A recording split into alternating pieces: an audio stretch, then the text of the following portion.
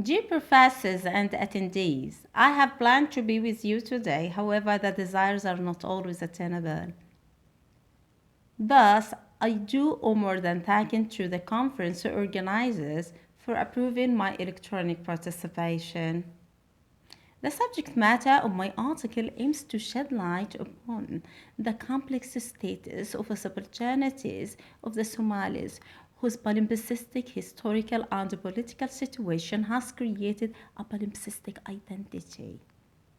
Nuruddin Farah's Blood in the Sun trilogy involves three novels that are written in the span of 10 years.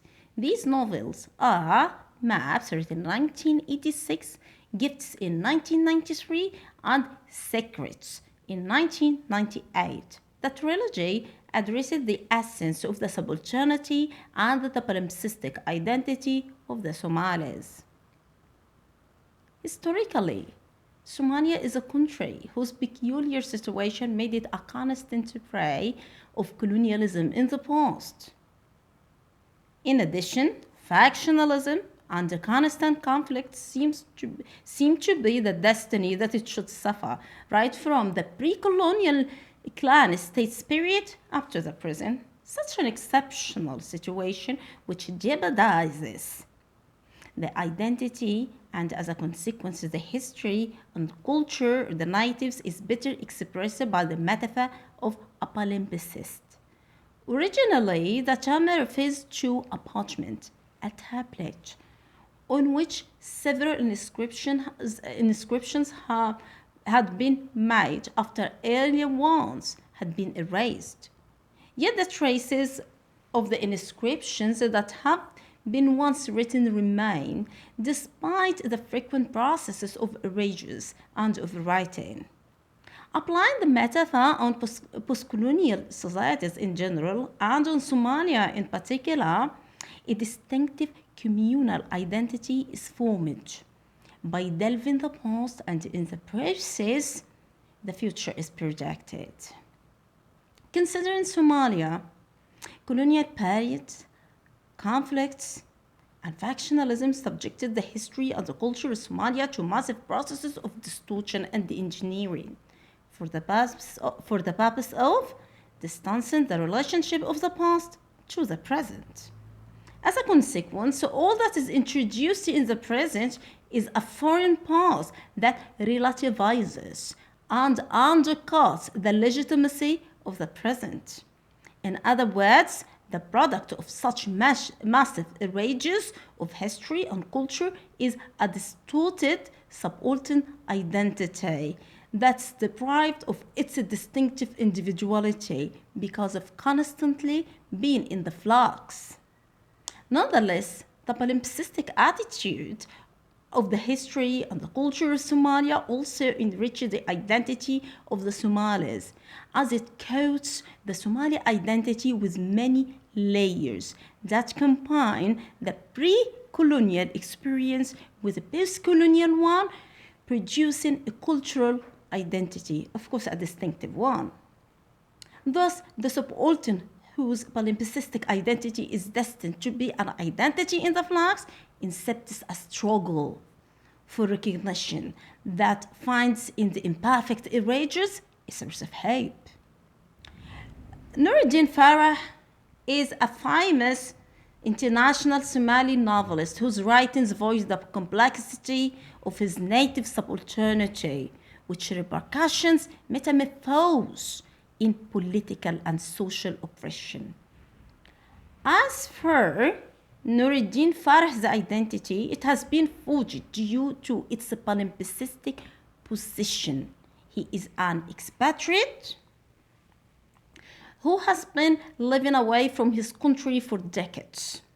Despite his extreme love for his country, Somalia, he cannot return back due to the despotic regime there that put him in jail for his writings and kidnapped him on his first visit to Somalia in 1996. His writings defy the harsh social and political conditions that would suppress the voices of his natives and obliterate their identity. Such practices condemned the Somalis to a death in life status. Farah confirms, I write about Somalia to keep it alive. Thus, in Farah's novels, the social scene overlaps with the historical and the political ones. Each novel of the trilogy catches a glimpse of the socio-political history of Somalia, representing a simulacrum of a common past-present situation, constituting a palimpsestic identity in the flux. Notably, the palimpsest metaphor is projected on three different levels, namely the title, structure, and the plot. On the title level, the title of Maps, which is the first novel in the trilogy, is a simulacrum that it reinvokes the Somali conflict with the neighboring country Ethiopia over the disputed region of Agaden. Knowing that the colonial powers after the Second World War gave Ethiopia the right to control the Agaden region, though it is a Somaliland. As for gifts, it gives rise to the concept of gifting and gifts in Somali tradition. That's called potlatch. It is a bargaining system in which the clan chiefs bargains everything, such as food, women, children, property, talismans, land, labor services, priestly functions, and ranks, with other chiefs of the other clans, of course. Potlatch or bargaining was deemed as a symbol of power and prestige among other chiefs and individuals. Yet in the novel Gifts, it refers to the hawks of the Western countries who made the worst use of Somalia under the sham cover of gifts during the famine era in the 1980s. The food aids were contaminated with radiation. In addition, many Western countries, while pretending to provide Somalia with financial aids, they used to take the cash crops with extremely low prices. The title of Secrets also catches a unique moment in the Somali past-present history. The novel revives the tradition of Great, or the tribe narrator, in historical African tradition. Thus, the novel was structured to be a great-like novel that gives rise to plenty of practices that are distinctive to Somalia, which form distinctive identity of the Somalis. Obviously, Farah attempts to make his natives gain voice, of course, re-exploring their history. As for the form of the novels, Nuruddin Farah patterns the three novels subtly, and the events oscillate from the microcosm of the personal and the family level to the macrocosm of reviewing the national scene as a whole, and vice versa. On the plot level, Maps, that's written in 1986, takes place during the Agaden War, in which Somalia is trapped in the epistemological palimpsest position of both the patriot that defends its land and also the aggressor who violates the dominance of another country to acquiesce a territory that is not his. In both cases, subalternity is a landmark, and the patriot is a subaltern to the aggressor until freedom is acquiesced, and the aggressor is a subaltern to his greed until he is defeated. The same palimpsestic position is triggered on the human level. The protagonist of Maps is Askar, is an orphan who is torn apart because of his love for his foster mother, Misra, who is Ethiopian. and his patriotism to his country, Somalia.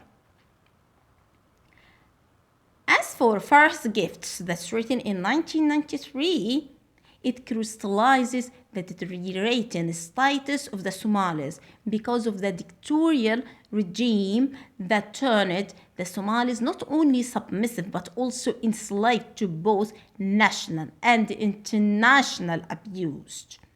That's strongly defined as gifts. Therefore, Dunya, the protagonist who searches for a comprehensive financial autonomy, teaches her children not to accept gifts and to be suspicious towards them because they would return it in the worst possible way. Secrets, that's written in 1998, is a classic novel in the Blood and the Sun trilogy. It's a family drama that is set against a backdrop of the collapse of Somalia in the early 1990s. The setting is the modern Mogadishu, where the protagonist Kalaman, who is over 30, works as a computer programmer but suffers from psychological troubles. Secrets confirms one notion, namely, saving the country is stipulated by saving the identity of promising youth, such as Kalaman. In brief, Nuruddin Farah's simulacrum of Somalia in the Blood and the Sun trilogy confirms that the harsh socio-political situation is a force of creativity. Identity is a product of experiences and backgrounds, whether good or bad. These same experiences are the layers that enrich the Somali identity, and hence into the Somalis escape subalternity. Nuruddin Farah's Blood in the Sun trilogy proves that the subaltern can speak. At the end, I thank you for putting up with me for all this period, hoping to be with you in person in the next edition of the conference. Thank you and bye-bye.